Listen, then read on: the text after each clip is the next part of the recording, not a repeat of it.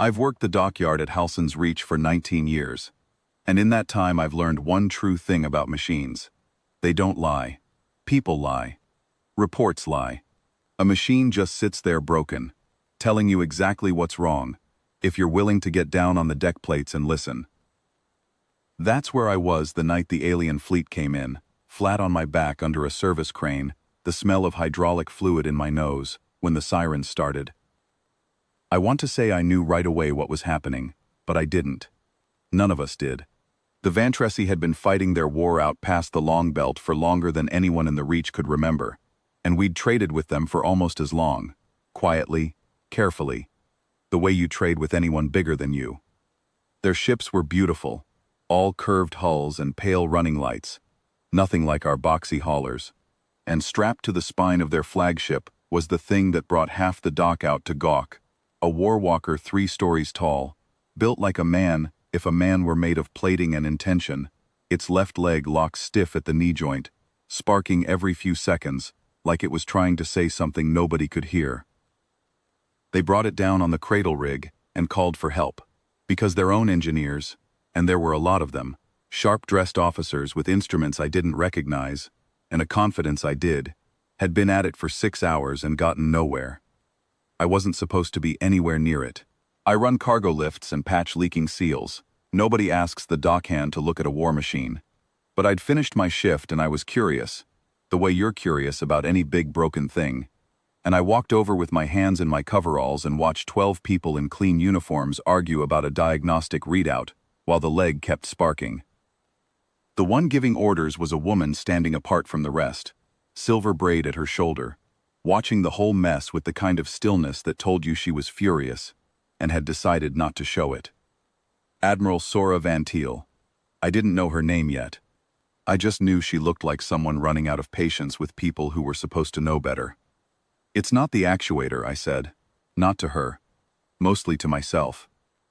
One of her engineers heard me anyway, and gave me a look like I'd wandered into the wrong building, which, fair enough, I probably had. But the Admiral turned. "Say that again," she said. "It's not the actuator," I said.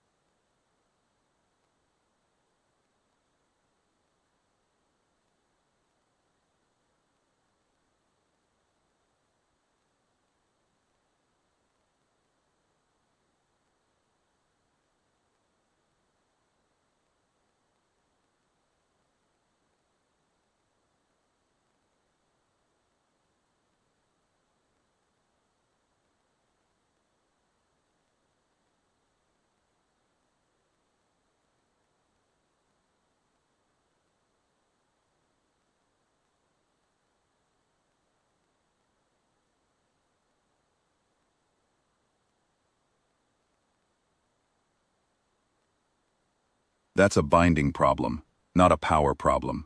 Something's jammed in the knee housing, and it's only making contact some of the time. She looked at the leg, then back at me, like she was deciding whether I was an idiot or the first person all night who'd actually looked at the thing, instead of the screens. "And you know this because?" "Because I've fixed 40 winch arms that did the exact same thing," I said. "It's never the part everybody's worried about. It's the part nobody bothered to check, because it's boring."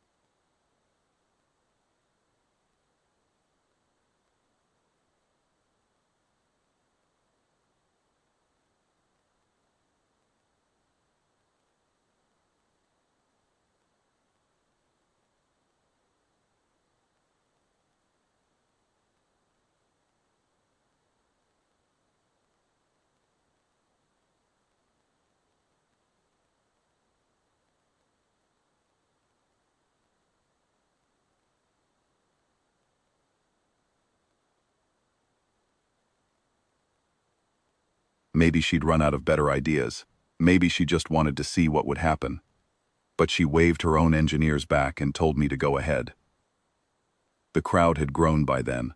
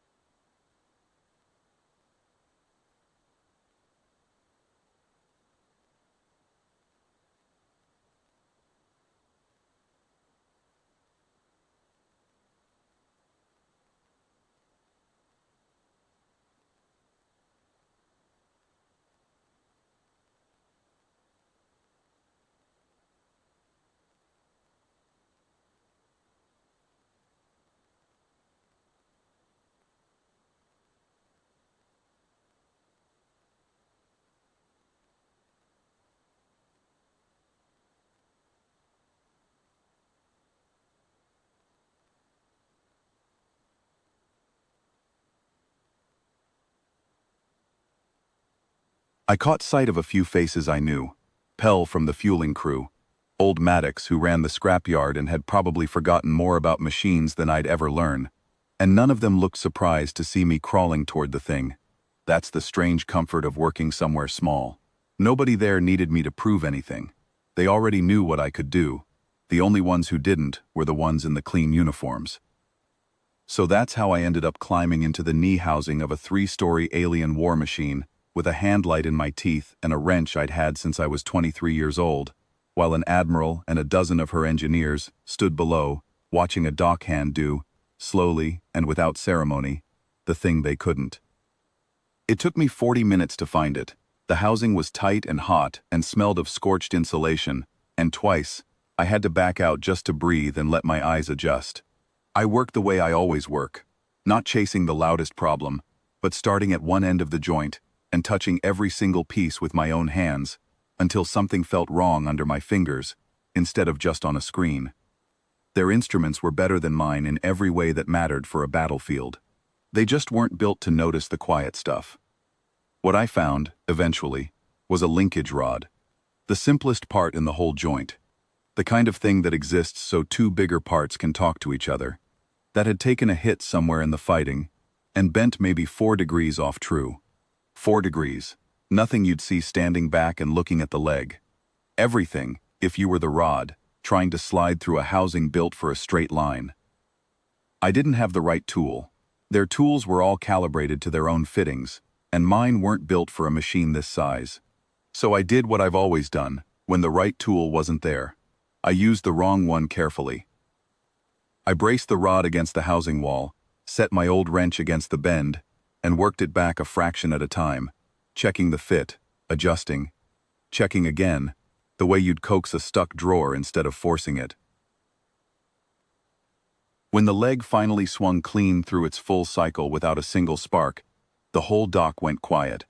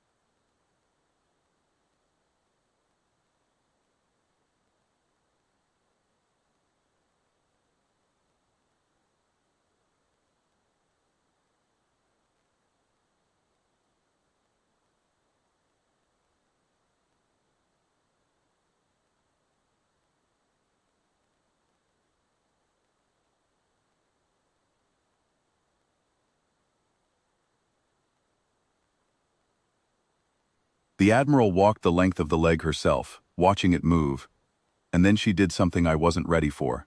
She turned to her own people.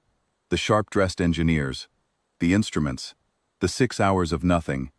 And she said, loud enough for the whole dock to hear, "You had every tool built for this, and you missed it." He had none of them, and he didn't. Nobody laughed. Nobody looked away either. She came over to where I was standing and studied me for a long moment, the way you study something you're trying to place. "What's your name?" "Yorin Hale," I said. "I run the cargo lifts." "You run the cargo lifts," she repeated, like the words didn't sit right next to what she'd just watched. She glanced once at her own engineers, who had gone very quiet, then back at me. "Mr. Hale, I have officers with 15 years of formal training in war machines that size, and not one of them found what you found in 6 hours."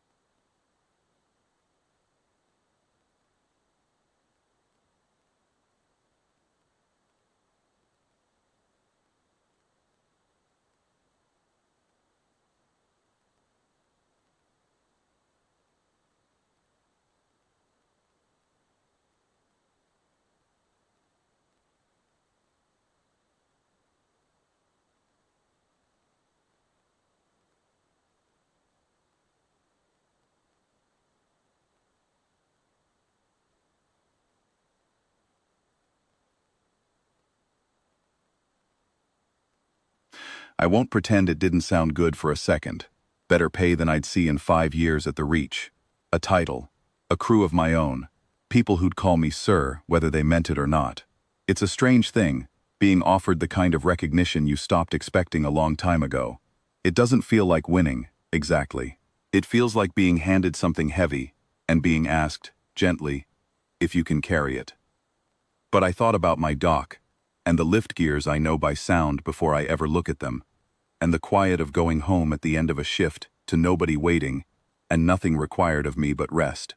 I thought about Pell and Maddox standing in that crowd, about 19 years of small machines nobody else wanted to fix, and about how I'd just spent 40 minutes happier than I'd been in months, simply because something was broken, and I was the one who understood why. "I appreciate it," I said. "I do. But I think I'd rather just go back to my lifts." She didn't argue, and she didn't look surprised either. More like she'd half expected it, and respected the answer more for that. "Then I'll tell you what I can do instead," she said. "I'll tell every captain who docks here what a Halson's Reach mechanic is worth. That should be worth something too."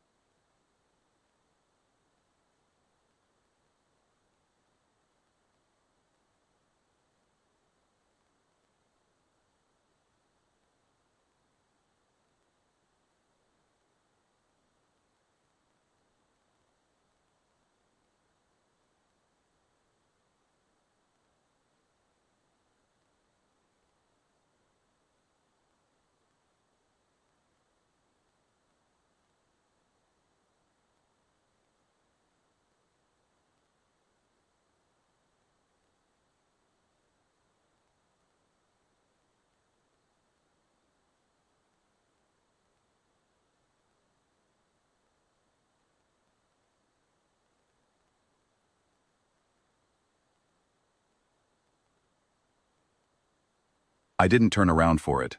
I just kept walking, wrench heavy in my pocket where it belonged, and went back to work on the winch arm I'd left half finished under the crane.